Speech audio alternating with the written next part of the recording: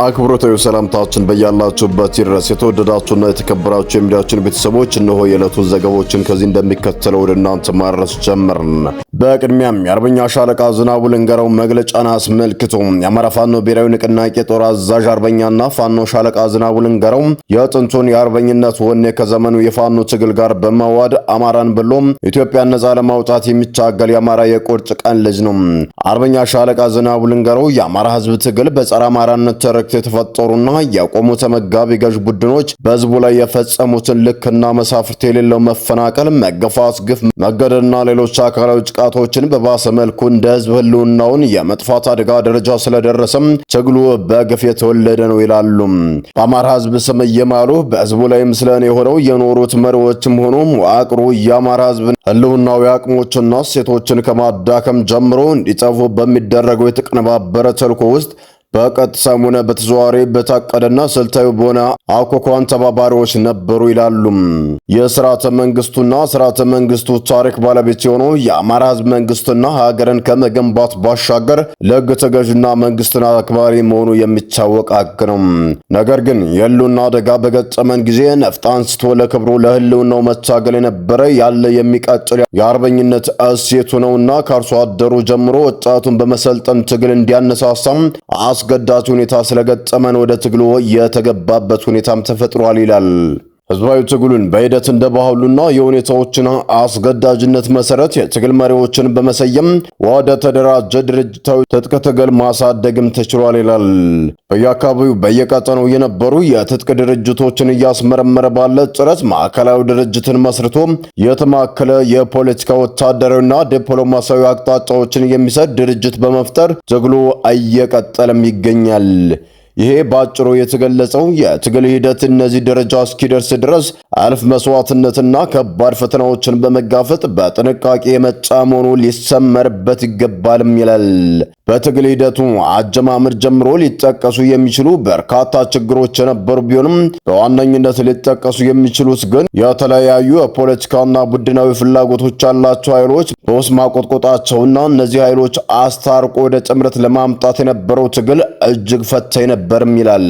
ህዝባዊ ትግሉ ሲጀመር በተጋይነት ስም ስርዓቱን መልምሎና አሰልጥኖ ትግሉን እንዲቀላቀሉ ያደረጋቸው አባላቶች በከፍተኛ አመራርነትም ሆነ በየደረጃው የኃላፊነት ቦታ በመያዝ የውስጥ ሂሳብ ስራዎችን በመስራት ትግሉ የጎንዮሽ ፍትጊያ ላይ እንዲያተኩር ማድረጋቸው አንዱ ችግር ነበር። ትግሉን መጠጊያ በማድረግ ኢኮኖሚያዊ ፍላጎት ማሳካት የሚፈልጉ በየአካባቢው የተሰገሰጉ ዘራፊዎችና ወሮበላዎች ህዝቡን በመዝረፍና በማገት ከጠላት ብልጽግና ጋር ተቀናጅቶ ህዝቡና ትግሉ ሆድና ጀርባ እንዲሆኑ የተመካከረበት አግባብም ጋርጦበት የነበረ አደጋም አንዱ ነበርም። የትግል አመራር ሰጭነት ላይ የዳበረ ልምድ አለመኖሩ ከጠላት እንቅስቃሴ አንጻር እርስ በርስ የመገናኛ ስልቶች አመች አለመሆኑ ጋር ተያይዞ የውሳኔ አሰጣጥ መጓተት የፈጠረው ስብስብም ክፍተትም ነበርም። ጠላት በትግሉ ውስጥ የነበሩ አመራሮችና አባላትን በመደልያ በመግዛት በመመልመልና በማስፈራራት ተያይዞ በወገን ላይ የደረሱ የተቀናጀ ፕሮፓጋንዳ ጥቃቶች አንዱንም ነበር።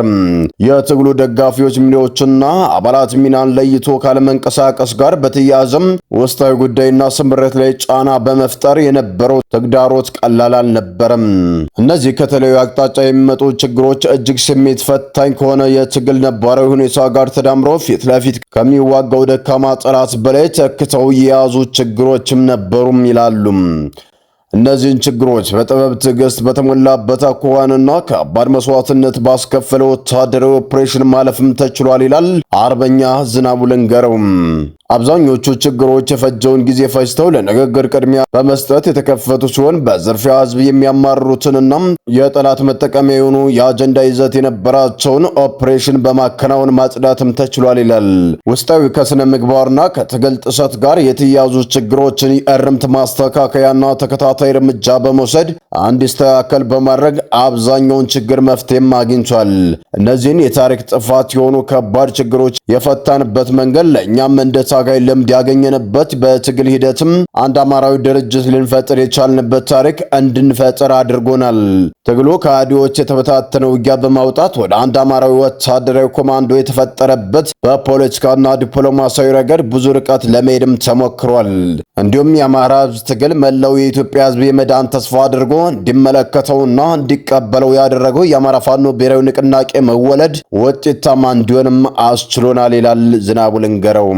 ትግሉ ግቡን እስኪመታ ቀጣይነት ያለው በመሆኑ አሁንም እየታገልናቸው ያሉ ከአቅም በላይ ያልሆኑ ችግሮች አሉ፣ ይከሰታሉም ይላል። ከነዚህም መካከል ጠላት አንዱ በር ሲዘጋበት ሌላ በር በመፈለግ ከመካከላችን ግለሰቦችን በመመልመል ውስጣዊ ሻጥር የመፍጠር ቴክኖሎጂ ጭም የፈጠረው የሚዲያ ሉባልታ ስርጭት፣ የስብና ግድያው ዘመቻዎችን፣ የአሰራርና የውስጥ ዲሲፕሊን ስራዎችን ካለመተግበር ጋር በተገናኘ አፋጣኝ እርምት እርምጃ ባለመውሰዱ የሚደራረቡ ጥቃቶች፣ ችግሮች በመጉላት ጋር የተያያዙ ጉዳዮችንና የተለያዩ ቡድኖች ጣልቃ ገብነትን እዚህም እዛም በየጊዜው እየገጠሙንም ቀጥለዋል።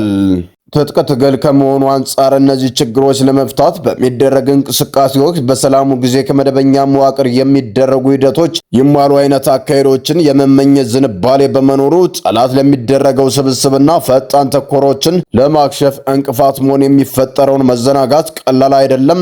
እነዚህ መጠነኛ ችግሮች በተለይ ከጠላት ጋር ጥብቅ ቁርኝነት በመፍጠር ድርጅቱን ከውስጥ ለማፍረስ ኔትወርክ ዘርግተው የሚንቀሳቀሱት ላይ በበቂ ማስረጃ የተገኙ በመሆኑ የድርጅቱን ውስጣዊ ጤንነትና ትግሉን በጠላት ከመጥላት ለማዳን ጠንከር ያለ እርምጃ መውሰድም ግዴታ ነበር የሚባልም አይደለም።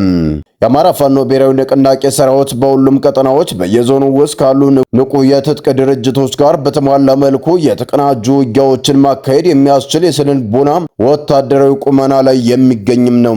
ተከታታይ የስልጠናና የአደረጃጀት ማሻሻያዎች፣ የኤሊት ፎርስ ግንባታና ሎጂስቲክ የማሟላት ስርዓቶች በተከታታይ የተሰሩ የድርጅት መሪዎች የውጊያ ትዕዛዝ የሚጠብቁም ሰራዊትም ገንብተናል ይላል። ትግሉ ግቡን እንዲመታ በየደረጃው ያለ አመራር በተሰጠው ዘርፍና ስራ ምድብ ላይ የሰንሰለቱን በጠበቀ ከሆነ ኃላፊነታቸውን መወጣት ግዴታም ነው።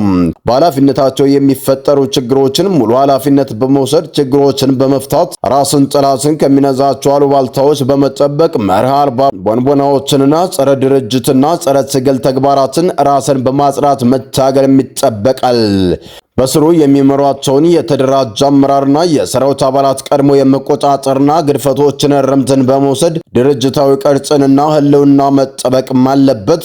ነገር ግን የሚፈጠሩ ችግሮች በጥበብ የመፍታት ልምድ እያካበትን በመሆኑ ማንኛውም ችግር ከአቅማችን በላይ አይሆንም። ችግሮች ሲፈጠሩ ምላሽ የሚደረግበት ድርጅታዊ አግባብ ቀዳሚ በመሆኑም ባልተጣራ መረጃ ወይም የመሰለውን ከመሰንዘሩ በፊት ድርጅቱ የሚሰጠውን ውሳኔና የህዝብ ግንኙነት ስራዎችን መቅደም እንዳለባቸው በማወቅ ጠላት ከሚያስተጋባው የውሸቱ ውዥንብር ራስን ከመጠበቅ ባሻገር የጠላትን ፕሮፓጋንዳ በመቀልበስ ጭምር ሚናን መውሰድ አንዱ ነው። የአማራ ህዝብ ውስጣዊ አንድነት የመከፋፈል ልምዶች በትግላችን ውስጥ ቀይ መስመሮች ናቸው። በመሆኑም ከፍተኛ መስዋዕትነት የከፈለውን አርሶ አደር ህዝባችንን የተለያዩ ስያሜ በመስጠት ጠላት የሚያስተጋባውን የመነጠል ተግባራት በከፋ መልኩ ከፍተኛ የማጠልሸት ተግባር ሲፈጽምበት እንደነበረ የቅርብ ሳምንታት ውስጣም ነው። በዚህም ጸያፍ ተግባር የአንድን አካባቢ ህዝብ ለይቶ የማጠልሸትና የመነጠል ድርጊት የነበራቸውን በቁጥጥር ስርም አውለናል። የወጣንለት ዓላማ የህዝብን ክብርና ህልውና የማስጠበቅ ታሪክ ለኛ ግዴታ የጣልንበት በመሆኑ የትም ቦታ ይሁን የት በዚህ የዘር ማጥፋት ትርክት የተከሉ ተሳትፎ ያላቸው በመረጃ ያጋለጥናቸው ቀጠናችን ውስጥም ሆነ ውጭ የሚገኙ ላይ እርምጃ በመውሰድ የምናሳውቅ ይሆናል ይላል አርበኛ ዝናቡ ልንገረው። ሰላም የተወደዳችሁና የተከበራችሁ የሚዲያችን ቤተሰቦች ለሰዓቱ የነበሩን መረጃዎች እነዚህን ይመስሉ ነበር። በሌላ መረጃዎች እስከምንገናኝ በያላችሁበት ሰላም ቆዩልን።